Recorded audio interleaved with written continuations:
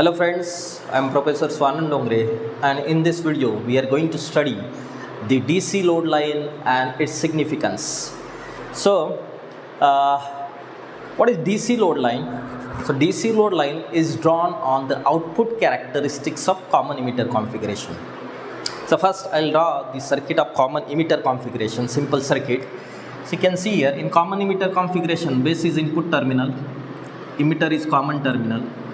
So here I am having the emitter terminal, then there is collector at the output side, base at the input side. This is the base terminal, then collector terminal, then there is emitter terminal, and input is applied between base, which is input terminal, and emitter terminal, which is common terminal, right? While the output is measured between the collector terminal and the common terminal, which is emitter terminal. So here the output side resistor is RC, the input side resistor is RB, and as it is NPN transistor, NPN, the basic application of transistor, it acts as an amplifier. So that is why we have to forward bias the base emitter junction. So base means P side should be at higher potential, N side should be at lower potential. So this is plus minus. The name of this supply is VBB, right? And we have to reverse bias the collector base junction. So I'll adjust the polarity of the supply between collector and emitter so that the collector base junction is reverse biased. So collector is at higher potential, which is N type, as compared to base. So that is why this collector base junction will be now reverse bias. So this is the circuit of the common emitter configuration. Here the input current is IB and the output current is IC. As we know that the DC load line is drawn on the output characteristics of common emitter configuration. So that is why I'll apply the Kirchhoff's voltage law to the output side loop. Here in between collector and emitter, I am having the potential, that is VC. So if I apply the Kirchhoff's voltage law to this output side loop, that is collector emitter loop, I'll have the plus VCC, then minus IC into RC minus VC is equal to 0. So if I adjust this equation now, here I'll get the IC into RC, it is equal to VCC minus VC. Hence it is equal to IC is equal to, if I again adjust this terms, I'll get the minus 1 by RC multiplied by VC, then plus VCC by RC. So this is the equation which I am getting.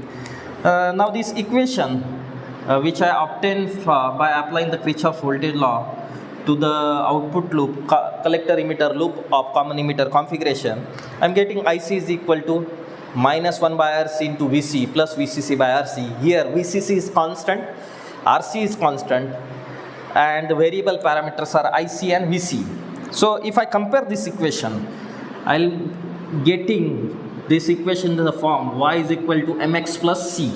So here y is nothing but the variable which is IC, x is variable which is nothing but VC, m is the slope of this line, that is minus 1 by RC, and c is constant which is equal to VCC by RC. So this equation which is highlighted here, it is the equation of straight line in which y is IC, x is VC, and constant c is VCC by RC. Slope of this line is minus 1 by RC.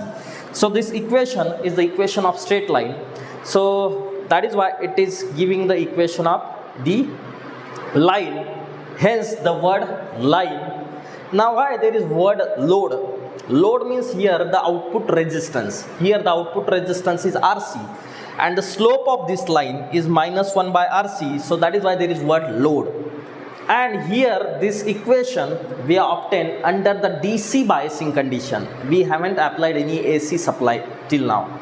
So as this equation is obtained under DC operating condition, hence it is called, this equation is the equation of DC load line. Now I'll show to draw the line, we require 2 points, at least 2 points to draw a line.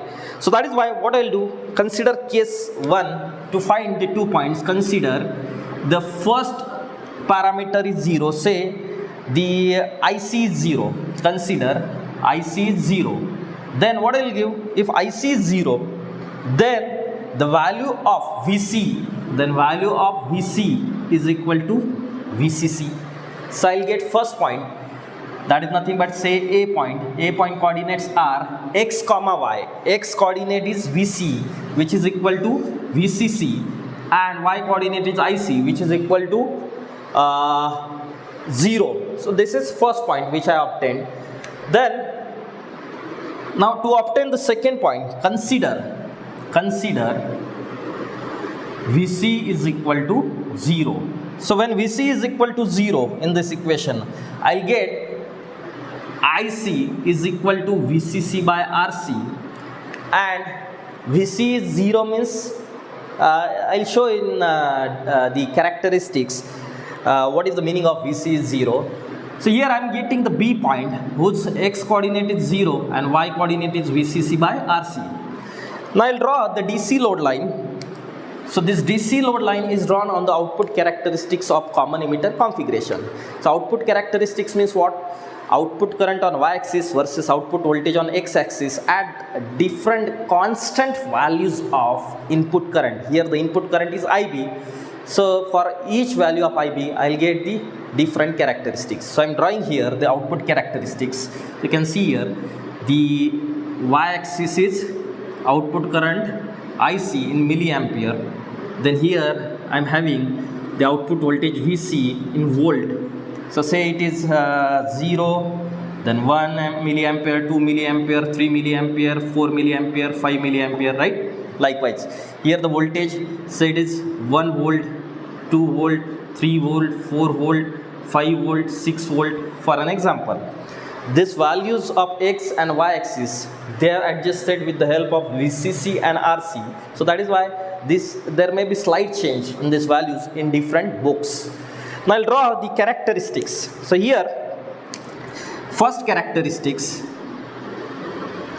which is for IB is equal to 0. Then second characteristics, for IB is equal to say 20 microampere. Then IB is equal to say 40 microampere. IB is equal to say the 60 microampere. Then say IB is equal to 80 microampere.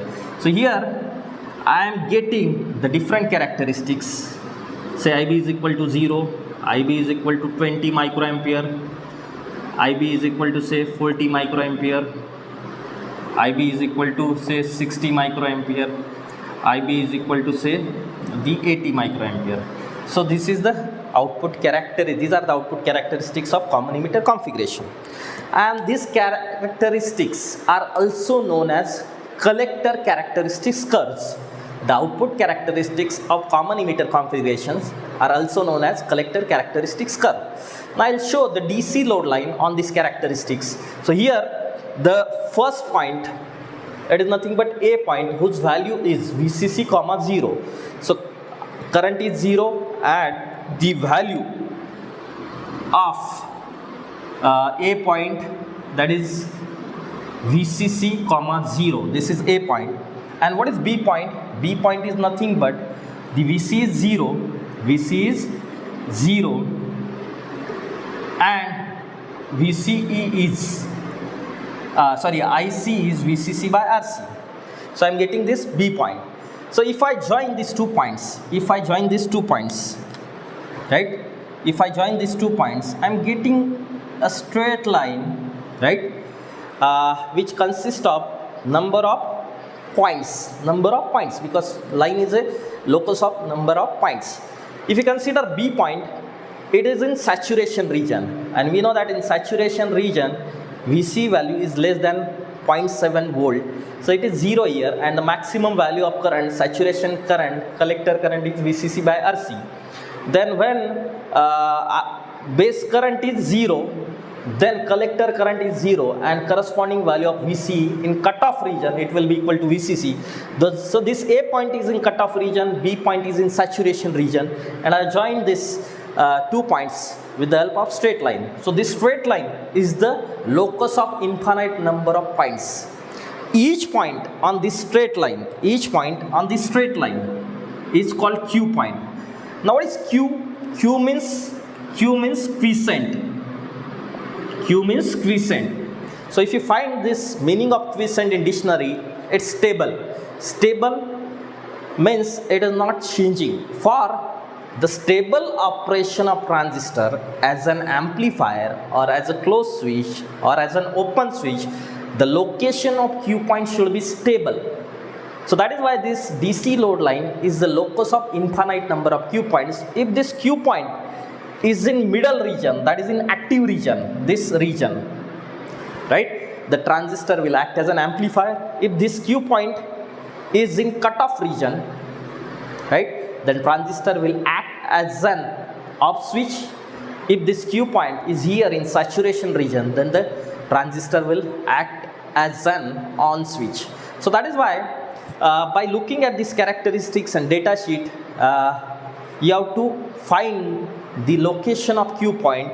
Means the Q point coordinates, if you refer here the Q point coordinates, the x coordinate is VC and y coordinate is IC. So that is why the coordinates of Q point are VCEQ, ICQ. So what I will do, by looking into data sheet and this collector characteristics curves, if I want to operate that transistor as an amplifier, I will choose a middle point on this VC load line whose value will be equivalent to VCQ and ICQ. So I'll get VCQ, ICQ from that collector characteristics curve, and I'll adjust the value of this VC and IC in that circuit so that Q point will be in middle region and that transistor can be used as an amplifier. Similarly, if you want to use it as a switch, say open switch or closed switch, I'll change the location of Q point, means these coordinates, and that transistor will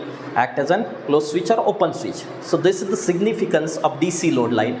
It is the locus of infinite number of Q points. Q point means quiescent point. So it is also known as stable operating point or DC operating point for the biasing of transistor. That's it. Thank you.